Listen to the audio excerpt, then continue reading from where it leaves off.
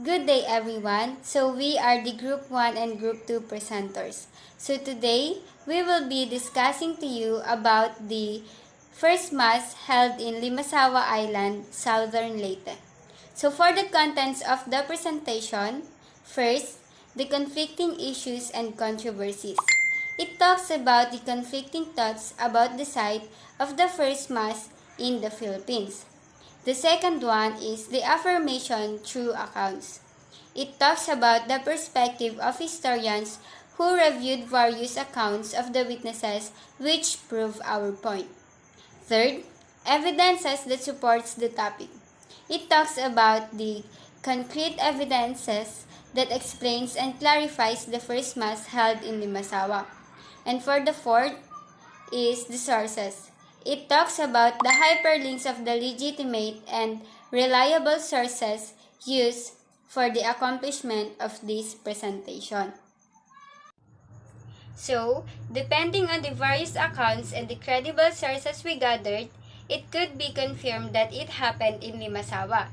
First is according to the translation of Antonio Pigafetta's account, the first voyage around the world, which is known as the only reliable primary source of information about the first Christian mass held in the Philippines. Its footnotes explain names and phrases such as the site he referred as Mazawa, which is known today as Limasawa Island. That is approximate to the distance between Homonhon and Mazawa to Mazawa and Cebu. So, depending on the various accounts and credible sources na nakuha namin, we can confirm na ang unang misa ay nangyari nga or naganap sa Limasawa. First is according to translation of Antonio Pigafetta's account, the first voyage around the world, na alam natin na nag-iisa itong reliable primary source of information patungkol sa first Christian mass held in the Philippines. So, nasabi pa nga doon, noong nag-discuss si ma'am, ay nasabi doon na bago pa magkaroon ng unang misa, is nagkaroon ng sanduguang si Raha Colombo at si Ferdinand Magellan sa tabi ng Limasawa Island. So, for the next slide, I will be introducing to you Miss Juveline Lumandas, and siya na din po ang mag-e-explain sa inyo ng susunod na presentation. Thank you! Moreover, Pigafetto's Mazawa is the site of the first Christian Mass were held in Philippine soil. Philippine soil is an island of the southwestern part of Leyte. But Mazawa is not an island because it is a barrio of Butuan City. Pigafetta plotted Mazawa's position correspond to Mazawa and Cebu. In addition of that, the manuscript of Pigafetta's narrative of Magellan's voyage is published in its Italian text that confirmed Limasawa as location. Antonio Sanchez de Mora's affirmation. Before that, I will give you short information about Antonio Sanchez.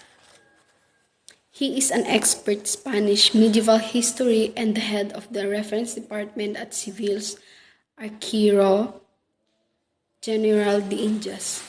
According to him, Eastern Sunday Mass was held on the island of Mazawa on March 31, 1521, and it is constructed on hill on the island to be visible from far away. And now let's move on to Antonio Sanchez de Mora's affirmation sources. Number 1, the document is written on times of the Ferdinand Magellan's historic voyage around the world. And number 2, survivors who made back to Europe is reported and has testimonies. Number 3, primary sources of interviewed survivors and consulted their documents, maps, and nautical charts is written by authors. And number 4, the secondary sources that interpreted the information is provided by the first or primary sources. Crescenciana Cruz Dixon. The third is a part of a document of Crescentiana Cruz Dixon, saying First Mass on March 31, 1521. On Easter Sunday, Magellan ordered a Mass to be celebrated, which was officiated by Father Pedro Valderrama, the Andalusian chaplain of the fleet, the only priest then. It was held near the shores of the island. The Holy First Mass marked the birth of Roman Catholicism in the Philippines. Colombo and Siayu were the first natives of the archipelago, which was not yet named Philippines until the expedition of Ruy Lopez de Villalobos in 1543 to attend the Mass among other native inhabitants. The historical basis for locating the first Eastern Mass in Limasawa, Leyte, dates back to the translation of Antonio Pigafetta's documentary of Magellan's expedition, which plainly indicates that the place called Mazua in Pigafetta's diary was today called the island of Limasawa. Mrs. Dixon claimed one of her facts that the first mass happened in Limasawa. First, by relying upon the painting of Carlos Francisco or kilala bilang Botong. It is a mural painting. This artwork has to be evaluated based on the standard laid out by Plato. It is a mere imitation in view of the area that the theory of Plato. This would be considered as a secondary fact. Why? Because it is a compiled of different sources that comes up with the idea of first mass really happened at Limasawa. And since elementary naman na tayo, alam natin na sa Limasawa talaga naganap ang unang misa. Pero upon entering the college days, dito natin napag-alaman na marami palang mga nagtatalo kung dito nga ba talaga ito nagsimula. Maraming mga historian ang nagkakalap at pinag-aaralan kung saan ba talaga ito nagsimula. Pero tinuldukan na ito ng National Historical Commission of the Philippines na sa Limasawa talaga naganap ang unang misa. Albo's logbook. Albo did not specify the first mass or where it had happened in his account. However, he stated that Magellan placed a cross on a mountain top from which could be seen 3 islands to the west and southwest, which best fits the description of Limasawa's geographical area that does not apply to Butuan because there are no islands in those directions. Since Albo, along with Pigafetta, were part of Magellan's expedition, these are very compelling proofs. The former was a pilot of Magellan's flagship Trinidad, while the latter was a companion in the expedition. As a result, it is reliant on eyewitness testimony. In addition, an article on the Inquirer website by Rolando Oborinaga 2007 claims that Pigafetta's map has an aerial shot of the prominent hills. Summing up, Francisco Albo had been the boatswain and navigator of Trinidad and brought Victoria home in command of Sebastian de Elcano. He had kept a logbook of voyage, the derrotero, containing the navigational data, daily entries of the course of the Victoria, latitude readings, and islands encountered. As asserted that from the island of Fomonhon, they went westward towards the island of Leyte and turned to a southwest direction to reach this island, which we conclude is Limasawa. The Magellan's Cross. Magellan and his forces built the cross that is now known as Magellan's Cross here. The cross, which represents Raha Humabon's, his wife's, and his men's baptism into Roman Catholicism, is now a tourist attraction in Magallanes, Cebu. The Magellan's Cross is a huge wooden Christian cross that marks the arrival of Portuguese explorer Ferdinand Magellan on the island of Sugbo na kilala natin ngayon bilang Cebu roughly 500 years ago. He and his crew were the first Europeans to come to Philippines on a mission to search for the Spice Islands of Molucca for the King of Spain. Magellan met and befriended the native chief Raha Humabon, and eventually he, his wife, and his native warriors agreed to be baptized into Roman Catholic faith. Magellan planted the cross to signify this important event. It is also marked the beginning of the propagation of the Christian religion all over the country. The National Historical Commission of the Philippines. The National Historical Commission of the Philippines, or the NHCP, claimed that Limasawa Island was the site of the country's first Catholic Mass based on reliable sources such as Pigafetta's account. Last July 15, 2020, the NHCP Board of Commissioners adopted Resolution Number 2 adopting the report of the investigating panel on the issue of the 1521 Easter Sunday Mass in the Philippines. After numerous institutions requested that the site of the 1521 Easter Sunday Mass be authenticated, the panel was constituted in November 2018. The demands were made in time for the country's 500th anniversary of Christianity's introduction in 2021. The National Historical Commission of the Philippines, NHCP, has affirmed what many scholars and common folks knew all along, that the island town of Limasawa was the venue of the first Mass on Philippine soil held on an Easter Sunday. The decision was the latest in a long line of previous decisions promulgated by special bodies that were created by National Historical Institute, forerunner of NHCP, to settle the controversy over the March 31, 1521 event, as advocates of the so-called Butuan tradition keep on insisting their claim. But as the 500th anniversary of Christianity of the Philippines approaches, the NHCP heeded the requests of various personalities and institutions, especially the Catholic Bishops' Conference of the Philippines, CBCP. They hear once more the claimants that the 1521 Easter Sunday Mass in the Philippines was held in Butuan.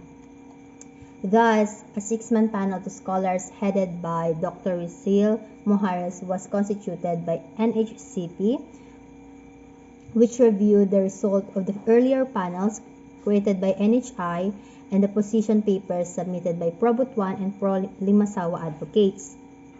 Studies in literature on the historical issue was also reassessed by Mojares panels, including available existing copies for Antonio Pigafetta's writings, surveyed the presumed location of the two sites, and consulted experts on geology and maps. Their task finished, the Mojares panel report was then submitted for review by historical associations and history departments of prestigious universities in the country, and they concurred the findings of the panel and found the same to be acceptable and scholarly done following the rigors of the discipline. As they went over the conclusions, the panel unanimously decided that the evidences and arguments given by the pro-Butuan proponents are not sufficient and convincing enough to warrant the revocation or reversal of the National Historical Institute ruling on the case, the NHCP panel declared.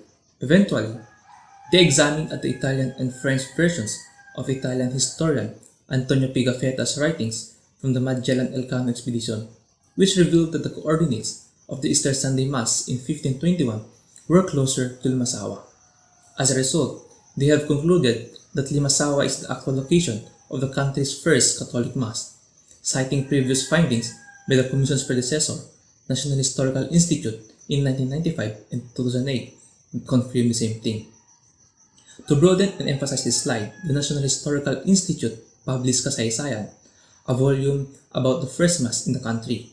In this publication, they mention books and articles that be considered as no primary and secondary sources regarding the first Mass in the Philippines. As you can see the slide, there are two commissions were mentioned, which is the 1995 and 2008. Let's tackle first the 1995. In 1995, former Supreme Court Justice Emilio Gancayco led the committee to re-examine the matter of the first Mass in the Philippines.